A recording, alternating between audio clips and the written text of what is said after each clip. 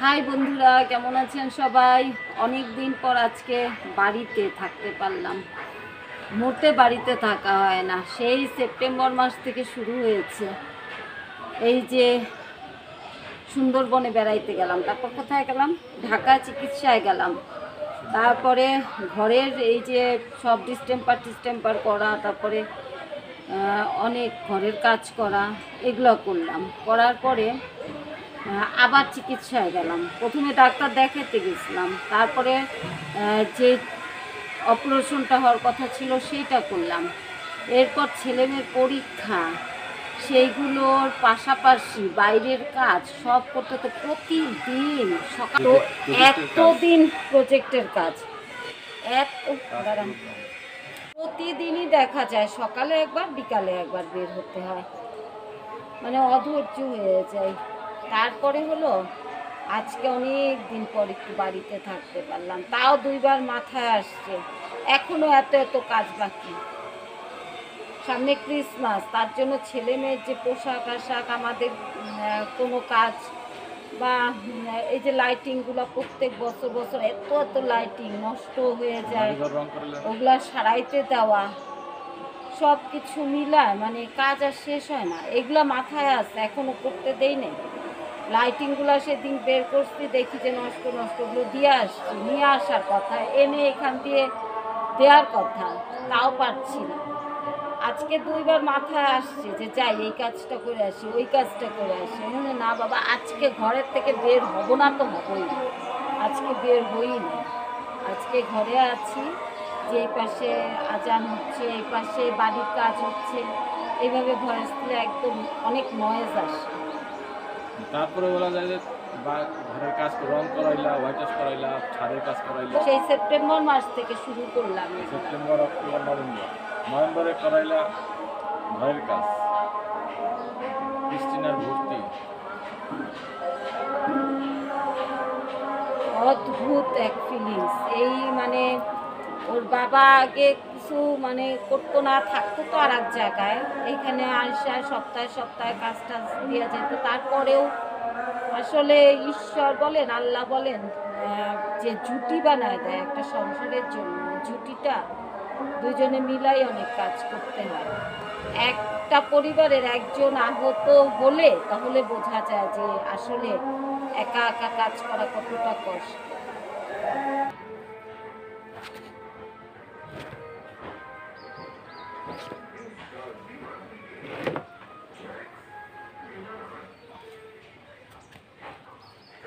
Hello, কেমন আছেন আপনারা? আজকে অনেকদিন পরে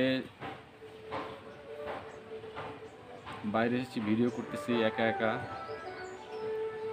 ওর মা গেছে উপরে ভাত নামাইতে এবং মাংস গরম করে নিয়ে আসবে, আর এই ফাঁকে আমি একটু ভিডিও করে নিচ্ছি। আমি আমার গত মাসে 17 তারিখে অপারেশন হয়েছিল। অপারেশনের ফলে 2টা রিং খুলে দিয়েছে, 2টা রিং আছে। তো এখন ডাক্তার বলেছে, মাঝে গত সপ্তাহে ফিজিওথেরাপিস্ট দেখাইলাম। সে দেখানোর পরে সে বলল যে আপনাকে বেশি করে হাঁটতে হবে, আপনি 4-5 দিন হাঁটাহাঁটি করেন, তারপর দেখেন, আমাকে জানালে পরে সে আমার প্রোগ্রেসটা দেখবে, প্রোগ্রেসটা দেখে সে একটা অ্যাকশন নেবে। হয়তো মাঝে মাঝে আসবে, সে এসে একটু হাঁটার ক্ষেত্রে আমাকে সহযোগিতা করবে। আর আস্তে আস্তে পায়ের পাতা যাতে মিশে, সেটা এখন ডাক্তারের একটা টার্গেট, যে আপনি পায়ের পাতা মিশালে পরে আমরা বাকি রিং দুটো খুলে দেবো এবং ফ্রি হ্যান্ডে হাঁটাহাঁটি করেন। আপনারা দেখেছেন আমার অনেক ভিডিওতে যে আমি ক্র্যাচ ছাড়া খালি হাতে হাঁটতে পারি, কিন্তু হাঁটার পরিমাণটা আরও বাড়ানো দরকার। ঘরে অনেক কাজই এখন ফ্রি হ্যান্ডে করি, বিশেষ করে কিছু জিনিসপত্র নিয়ে চলাচল করা, এক ঘর থেকে আরেক ঘরে যাওয়া, এই কাজগুলো এখন খালি হাতে করতে পারি। এতে হয় কি যে আমার ঘরের মধ্যে মুভমেন্টটা বাড়ে, পাশাপাশি হাঁটার পরিমাণটা আসলে কতটুকু তা ডাক্তার তো ওভাবে বলতে পারে না, কিন্তু সকালে, দুপুরে, রাতে যখনই বিভিন্ন কাজের ক্ষেত্রে আমাকে হাঁটাহাঁটি করতে হয় ঘর থেকে এক ঘর থেকে আরেক ঘরে, আর ডাক্তার বিভিন্ন ওষুধ দিয়েছে, সেই ওষুধগুলো খাচ্ছি। বিশেষ করে অ্যান্টিবায়োটিকের কোর্সটা শেষ আমার। আর calcium, multivitamin, vitamin C, vitamin D এগুলো চলছে বরাবরের মতো। এগুলো ভিটামিনগুলো মূলত বাইরে থেকে নিয়ে আসা হয়েছে, কানাডা থেকে। আমার ভাই এবং আরেকজন সে পাঠাইছে। এগুলো খাচ্ছি।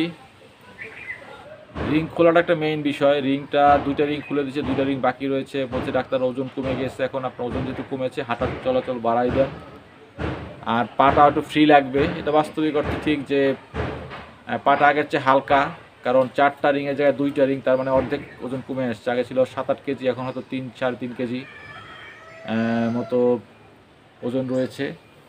তাই হাঁটার চলাচল বেশি করতে হয়। মানুষ যা ভাবে তা হয় না, আর যা হয় তা ভাবে না।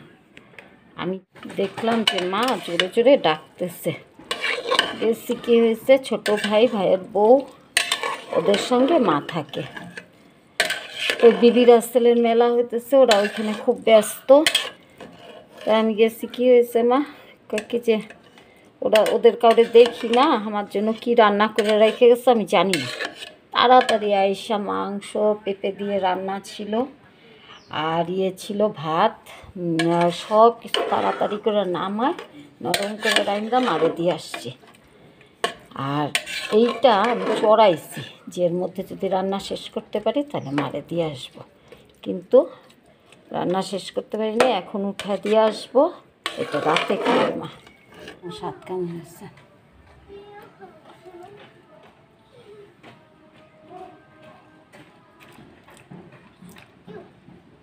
মজা।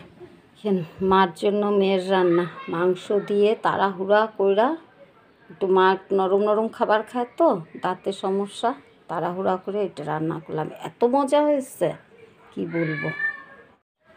তো আজকে আমরা এখানেই বিদায় নিয়ে নিচ্ছি। এখন উপরে যেয়ে স্নান খাওয়া দাওয়া করবো, বিকালবেলা আবার বাইরে যাব রিহার্সেল একটু। এই যে আমার বরের পাটা দেখা দিচ্ছি।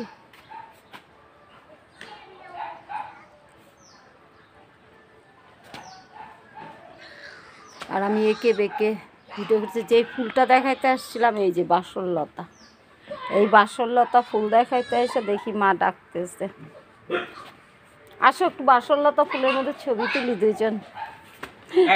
কুকুরের বাচ্চাগুলা পায়ে একদম কসলায় ধরছে। যাই হোক, এখন হলো এই বাসরলতার মধ্যে কি ব্যাপার, এত সুন্দর স্ক্রিন আসছিল একটু আগে, এখন গেল কই? এই বাসরলতা ফুলের মধ্যে ছবি তুলবো।